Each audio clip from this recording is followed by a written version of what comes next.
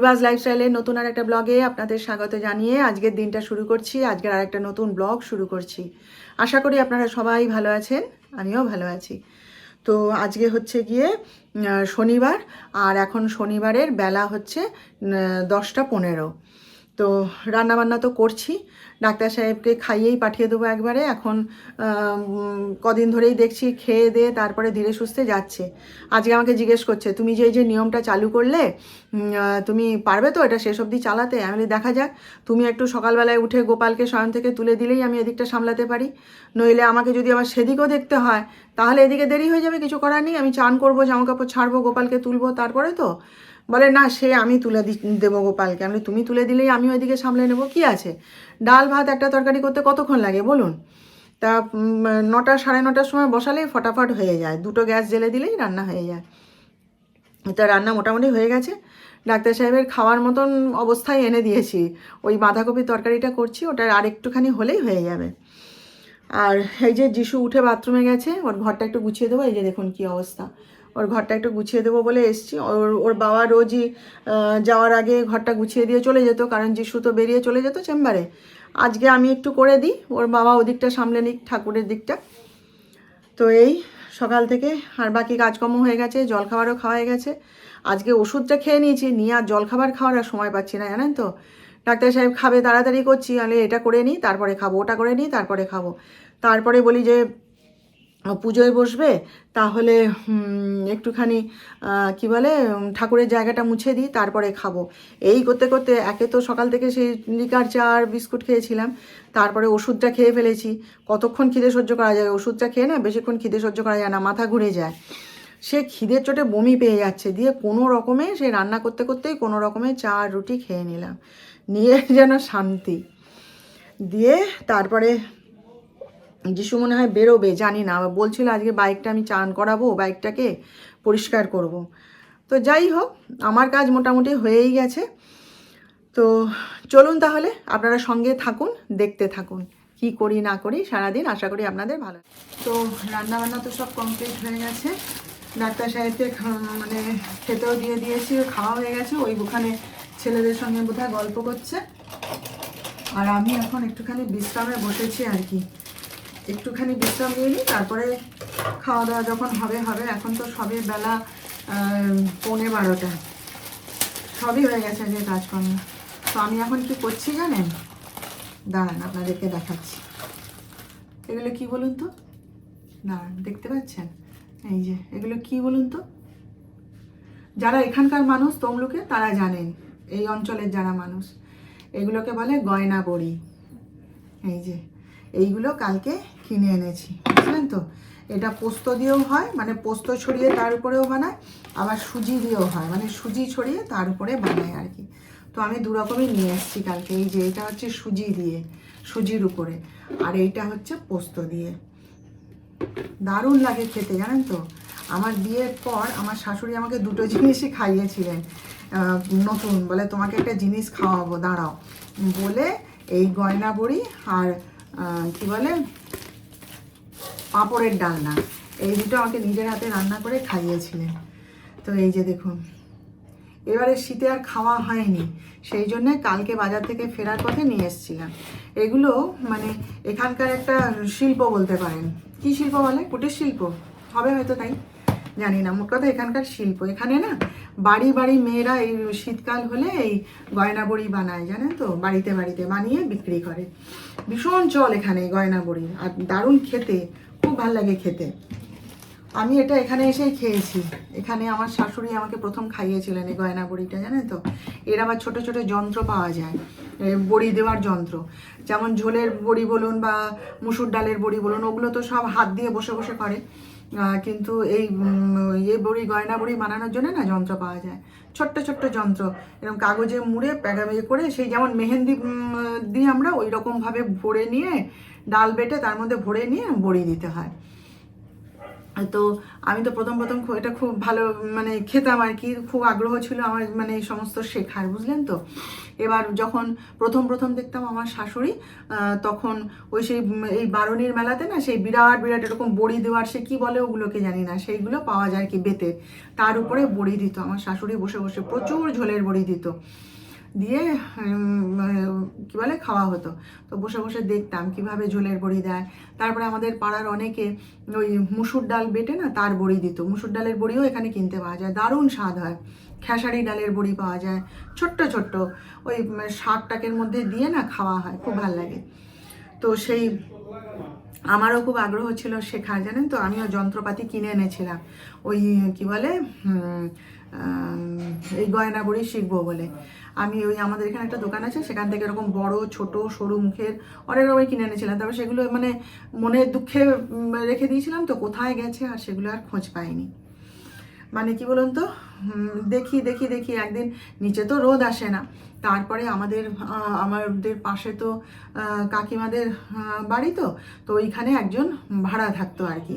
তো সেই কাকিমাদের ওখানে একটা ভাড়া থাকতো একটা ফ্যামিলি, তো তাই সেই বউটাকে দেখতাম না বসে বসে গয়না বড়ি দিচ্ছে, দিয়ে রোদে পুরো কড়া রোদ যাই বড়ি শুকোতে গেলে, তো বসে বসে না থালায় করে, সে থালায় থালায় থালায় থালায় করে বিভিন্ন ডিজাইন করে করে গয়না বড়ি দিত। তো সে ভদ্রমহিলার সঙ্গে আমার একটু আধটু আলাপ হয়েছিল, পরিচয় ছিল, জানলা দিয়ে গল্প টল্প হতো কাজ করতে করতে।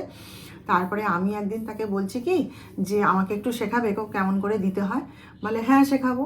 তো কী কী লাগবে বলতে ডাক্তার সাহেব নিজের হাতে এনে দিলেন, জানেন তো। সেই ছোট্ট ছোট্ট ফানেলের মতন এরকম সরু সরু ছোট্ট ছোট্ট এইটুকু পাওয়া যায়। তো সেই সব নিয়ে এসে দিলেন, তারপরে বিউলির ডাল এনে দিলেন, সমস্ত এনে দিলেন। সেগুলোকে মিক্সিতে বেটে ফাটিয়ে সব করে নিয়ে বসলাম। তারপরে এই 12টার সময় সেই ভদ্রমহিলা এসে সেই বড় বড় থালা বের করলাম, জানেন তো, করে তার উপরে পোস্ত ছড়িয়ে সুজি ছড়িয়ে ওগুলো ভদ্রমহিলা আমাকে নিজের হাতে শেখালেন। একটা থালায় নিজে করে দিলেন, আর একটা থালায় আমি নিজে বানালাম। বেশ সুন্দর হয়েছিল, জানেন তো। একটু মোটা মোটা হয়ে গেছিলো, এত পাতলা হয়নি। তো প্রথম করেছি তো, সবার খুব উৎসাহ, দারুণ উৎসাহ। এবারে ছাতে যে দিয়ে আসবো সে গার্ড দেবে কে? আমার যা যেমন ছাতে দেয়, সারাদিন তারা শাশুড়ি বউ সামাল দিত, বড়ি শুকিয়ে যেত। তো পাখিতে মুখ দেবে না, হনুমান আসছে, হনুমানে খেয়ে নেবে। দিয়ে তারপরে এই আমাদের এইখানটায়, এই দরজার এখানটায় যেখানে আমার গাছগুলো ছিল আর কি, ওইখানে রোদে দিয়ে রেখেছিলাম। দিয়ে তারপরে তো সবার খুব উৎসাহ, সবাই দেখতে আসে, বড়ি দিয়েছো, গয়না বড়ি দিলে এখানে খুব উৎসাহ, জানেন তো।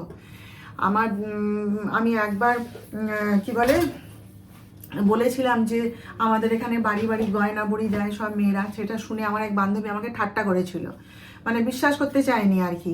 তো যাই হোক, সেটা দিয়ে তারপরে আমি এইখানে রোদে দিতাম। তখন আমার শাশুড়ি বলল যে মা, এটা কড়া রোদ না পেলে শুকাবে না, এখানে যা রোদ পড়ে সেই রোদে বড়ি হবে না, বড়ি পচে যাবে। তা কি করব, আর দিয়েছি উৎসাহ। তা আমার হাজব্যান্ড বলে পাখার তলায় রেখে দাও, শুকনো হবে। ও দেখছে আমার খুব উৎসাহ, ও খুব উৎসাহিত। তারপরে সে ভদ্রমহিলা একদিন বলে কি, তুমি আমাকে বড়ির থালাগুলো দাও, এই তো কাকিমাদের এইখানে মাঠে তো কড়া রোদ আসে, আমার বড়িগুলো এখানে দিচ্ছি, আর তোমার বড়িগুলো এখানে দিয়ে দেবো, শুকনো হয়ে যাবে। তো ভালো কথা, আমি ভাই সরল বিশ্বাসে তার হাতে তুলে দিয়েছি, জানেন তো, যে ঠিক আছে বড়ি শুকনো করে আমার হাতে দেবে। দিয়েছি, 2 দিন হয়ে গেছে। তারপরে আমি বলি হ্যাঁ গো, বড়িগুলো তাহলে এবার শুকিয়েছে? হ্যাঁ শুকিয়ে গেছে, আমার বড়িগুলো উঠে গেছে, আপনার বড়িগুলো উঠে গেছে। তারপরে আমি বলি যে তাহলে বড়িগুলো আমাকে দাও। না, কালকে দেবো, কালকে একদম থালা শুদ্ধ সব শুদ্ধ আমি দিয়ে দেবো, খুব সুন্দর হয়েছে, অমুক তমুক সেমুক, খুব ভালো, আমি খুব আশা করে রয়েছি, বিশ্বাস করে।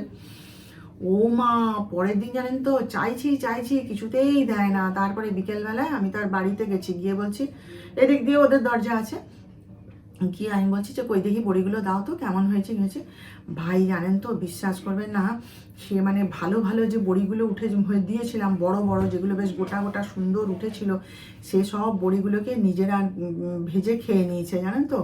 আর আমাকে দিচ্ছে সে থালার মধ্যে কই কটা বড়ি, একদম সে ভাঙা ভাঙা টুকরো টুকরো, যেগুলো তুলতে গিয়ে ভেঙে গেছে, সেই বড়িগুলো থালার মধ্যে জড়ো করে তাড়াতাড়ি আমার হাতের মধ্যে ঠুসে দিয়ে সে দরজা বন্ধ করে দিতে চায়। তখন আমি বলি যে এই কি, আমি এতগুলো বড়ি দিলাম আর সে বড় বড় বড়িগুলো কোথায়?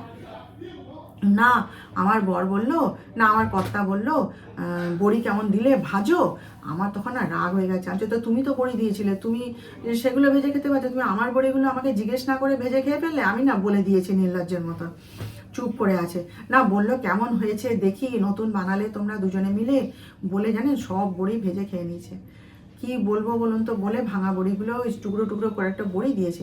এবার এসে বাড়িতে বলছি, তারপরে আমার কাকিমার যে ছেলের বউ তাকে বলছি, সব তো মানে ছিচিৎকার করছে। হ্যাঁ, বলে আমরা বলবো, দাঁড়াও, না কিছু বলতে হবে না। তো এদেরকে কি বলবেন বলুন? ছোট লোক বলবেন না অভদ্র বলবেন, কি বলবেন বলুন? না অসভ্য বলবেন, কি আখ্যা দেবেন বলুন? আমি বলি মানুষ এরকমও হয়? এরকম বিশ্বাস করে, মানে মানুষকে বিশ্বাস করে কি তাহলে পাপ, যে অন্যায় বলুন তো? কি মানে আমি অ্যাস্টনিশড হয়ে গেছি জানেন তো, যে এরকম কেউ করতে পারে বলে। সেই থেকে তারপরে ডাক্তার সাহেব বলে কি হয়ে গেছে, শেখা, কিভাবে গয়না বড়ি দিতে হয় শিখে নিয়েছো, ব্যাস ওসব যন্ত্রপাতি তুলে রেখে দাও, যেদিন তোমার সুযোগ আসবে, রোদ যেদিন পাবে সেদিনকে বসে বসে দিও, তুমি তো শিখে গেলে কিভাবে দিতে হয়, ব্যাস আর কোনোদিন ওসব করতে হবে না বলে সেই থেকে বন্ধ করে দিয়েছি। তারপর থেকে ওই বাজার থেকেই কিনে আনি, এনে খাই, বুঝলেন তো? কি বিশ্বাস করব আর কাকে বিশ্বাস করব, আর এর কি ব্যাখ্যা দেবো বলুন? কি বলবো আর একে বলুন? তারপরে তো কাকিমারা তো সে ভাড়াটাকে তুলে দিল, আরও অনেক রকম অসভ্যতা করতো। হ্যাঁ, সেই জন্য কাকিমারা সে ভাড়াটাকে তুলে দিল। এখনও রাস্তায় দেখা হয়, দিদি বলে ডেকে কথা বলে, আমিও বলি কি করবো আর, ওই জন্য কি আর অসভ্যতা করবো বলুন? করেছে করেছে, তার স্বভাবে সে করেছে, কি করবো আর আমি। তো সেই দুঃখে সে যন্ত্রপাতি সেদিনকে ছন্দাদি চাইছিল, বৌদি আপনার কাছে ছিল না গয়না বড়ি করারে? আমি কি জানি সে কোথায় চলে গেছে, জানি না, সে আর খোঁজ করিনি। তাই সে তারপর থেকেই বড়ি কিনে এনেই খায়, বুঝলেন তো? আমার অনেক বন্ধু বান্ধবী আছে যারা এরকম বিক্রি করে। আগের বারে আমাকে অর্চনা এরকম একটা ডাব্বা ভর্তি করে একদম ঠেসে গয়না বড়ি দিয়ে গেছিলো, যে তুই খা, তোর ভালোবাসিস, তোদের মন খারাপ এত, পয়সা নেয়নি, দিয়ে গেছিলো। তারপরে আরেকজন ছিল দুলারি দি, সেও ওরকম এসে দিয়েছিল 120 টাকা এক বাক্স পুরো। এখানে প্রচুর বিক্রি হয়, পুরো শীতটা বিক্রি হয়, 12 মাসই পাওয়া যায় বলতে পারেন। তো যাই হোক, এটা কালকে কিনে এনেছি। আমি ডাক্তার সাহেবকে বলছিলাম যে এবারে তো কই গয়না বড়ি খাওয়া হলো না, বলে নিয়ে এসো, তো কালকে আসার পথে নিয়ে এসেছি। তো ডাক্তার সাহেবকে দুটো ভেজে দিয়েছি, খাওয়া হয়ে গেছে। এবারেই আমার আর যিশুর জন্য একটুখানি ভাজবো, ভেজে রেখে দেবো, খাওয়ার সময় তখন খাওয়া হবে আর কি। এই যে দেখুন বড়িগুলো ভেজে নিচ্ছি, দুটো সুজির ভাজবো। সুজির বড়ি মানে কি বলুন তো, মানে সুজিকে থালার উপরে ছড়িয়ে তার উপরে করতে হয়। ওই তো বললাম, যারা এখানকার মানুষ তারা তো ভালোই জানেন, যারা জানেন না তাদের জন্য বলছি আর কি। দুটো সুজির ভাজবো আর দুটো পোস্তর ভেজে নেব। পোস্তরগুলো না খুব হয়, কি বলে, ঠুনকো হয় আর কি। সুজিরগুলো তবু একটু শক্ত শক্ত হয়, তেল খায়, প্রচুর তেল খায়। তো এই দেখুন আমার গয়না বড়ি রেডি, দেখছেন কি সুন্দর হয়েছে। এর থেকে বেশি ভাজলে পুড়ে যাবে, ওই জন্য মানে ঢিমে আঁচে আস্তে আস্তে, একটু বেশি তেল লাগে, ঢিমে আঁচে আস্তে আস্তে ভাজতে হয়। দেখছেন কি সুন্দর দেখতে লাগছে, খেতেও কিন্তু খুব টেস্টি। এই দেখুন শিশুর খাবার রেডি করে দিলাম, ও খেয়ে বেরিয়ে যাবে। তো এখানেই দেখিয়ে দিই কী কী রান্না করেছি। এই যে মুসুর ডাল, বাঁধাকপির তরকারি, গয়না বড়ি ভাজা, এটা হচ্ছে পেঁয়াজ ভাজা, আর এই আমার জন্যে একটুখানি এই যে মাছ ভাজা করেছি, বাটা মাছ ভাজা, আর এই যে এটা হচ্ছে পিড়িং শাকের তরকারি। এগুলো তো ওরা কেউ খাবে না, এগুলো আমার জন্যে, আমি আবার বাঁধাকপি খাবো না, খাওয়া বারণ, সেই জন্যে।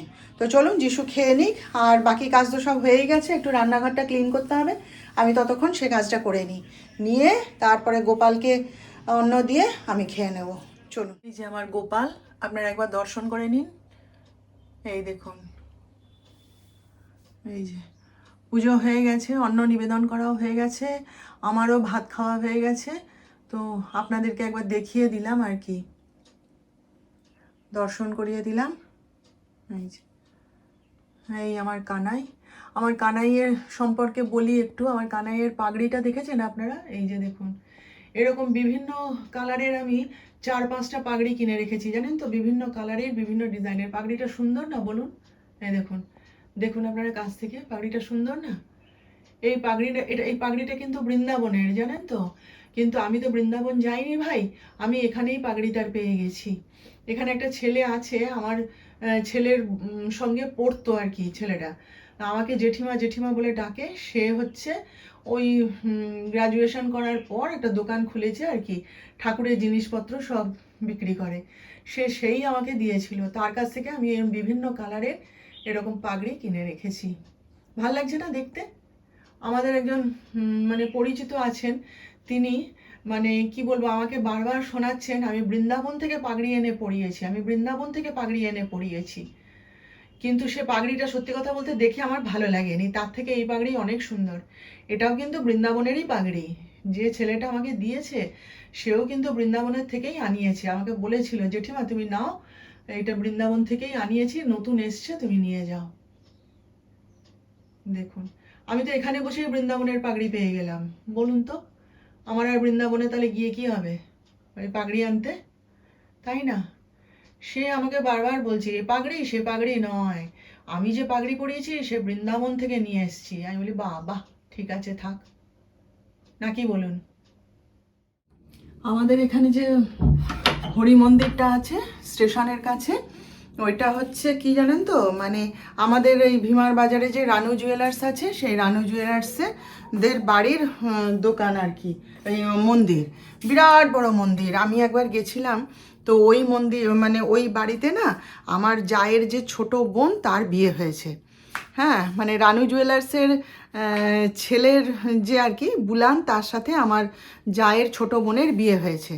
তো সেই কারণেই ওদের সাথে তো চেনা জানা পরিচয়, আত্মীয়ই তো, তাই না?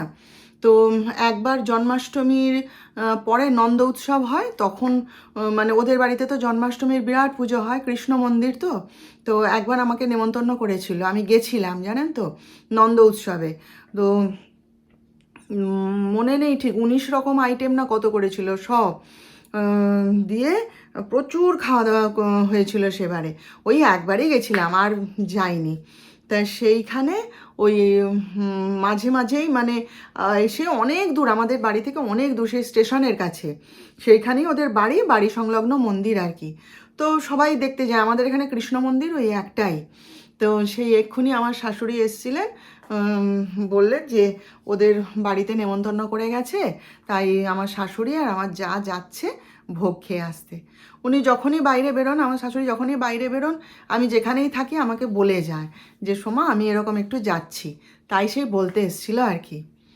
তো মন্দিরটা খুব সুন্দর জানেন তো, ওদের যে রাধা কৃষ্ণের যে মূর্তি, বিরাট বড় মূর্তি, খুব সুন্দর মন্দিরটা, খুব সুন্দর। ওরা নিজেরাই পুজো করে, পুরোহিত আছে হয়তো, আমি সঠিক জানি না, তবে ওরা নিজেরাও পুজো করে এটুকু জানি। মন্দিরটা খুব সুন্দর, আমি গেছিলাম একবার, সে অনেকগুলো সিঁড়ি উঠে তারপরে মন্দিরটা করেছে।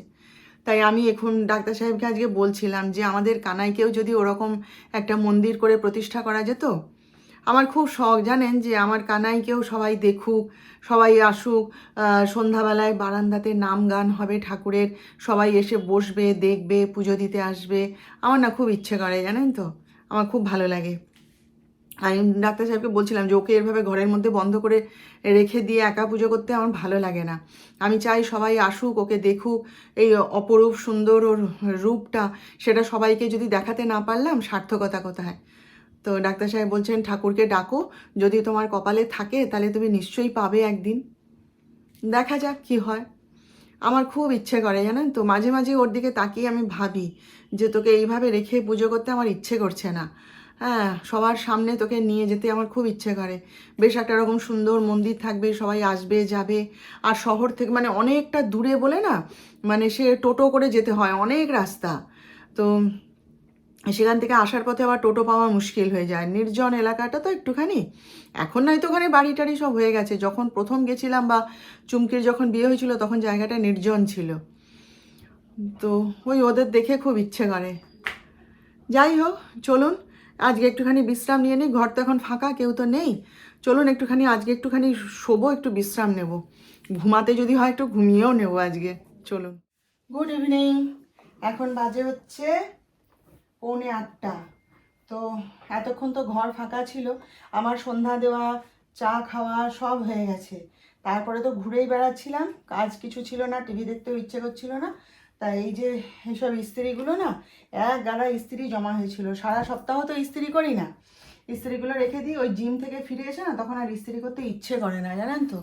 ডাক্তার সাহেব বলেন এগুলো কবে হবে কবে হবে জিজ্ঞেস করে, আমি পড়ে থাক, যখন সময় হবে হবে বলে আমি একটা ব্যাগের মধ্যে যা কিছু ইস্ত্রি করার, সেলাই করার সব জমা করে রেখে দিই, বুঝলেন তো। তারপরে এই শনি রবি এই দুদিন ছুটি পাই, এই দুদিন এই সন্ধ্যাবেলাটা ইস্ত্রিগুলোকে করে নিই। তা সেই ছেলেরা সব গেছিলো রিলায়েন্সে, তারা কি কফি কিনবে কি সব, তারা খাবার বানাবে কি করবে, সেই জন্য সব দল বেঁধে গেছিলো আর কি। তো ঘর তো ফাঁকাই ছিল, তাহলে তাই ভাবলাম এই সুযোগে ইস্ত্রিগুলো সেরে নিই, সেই জন্য এখন এই ইস্ত্রিগুলোকে নিয়ে পড়েছি, বুঝলেন তো।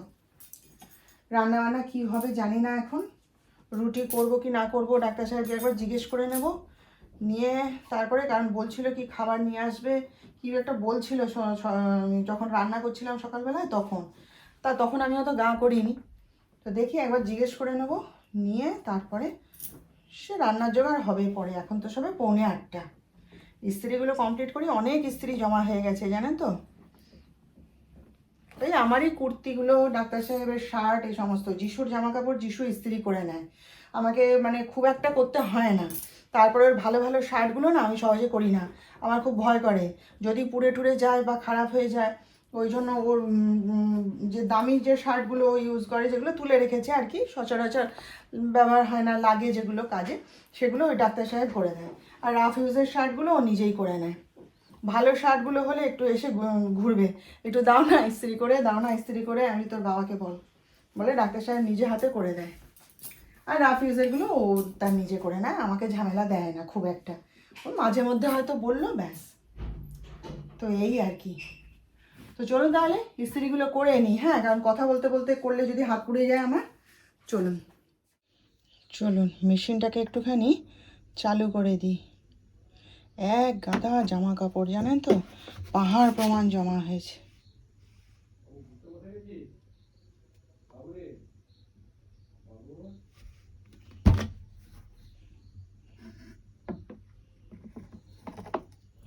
আর একটু দিয়ে দিই, অনেক জামা কাপড় তো, এত অল্প এতে হবে না।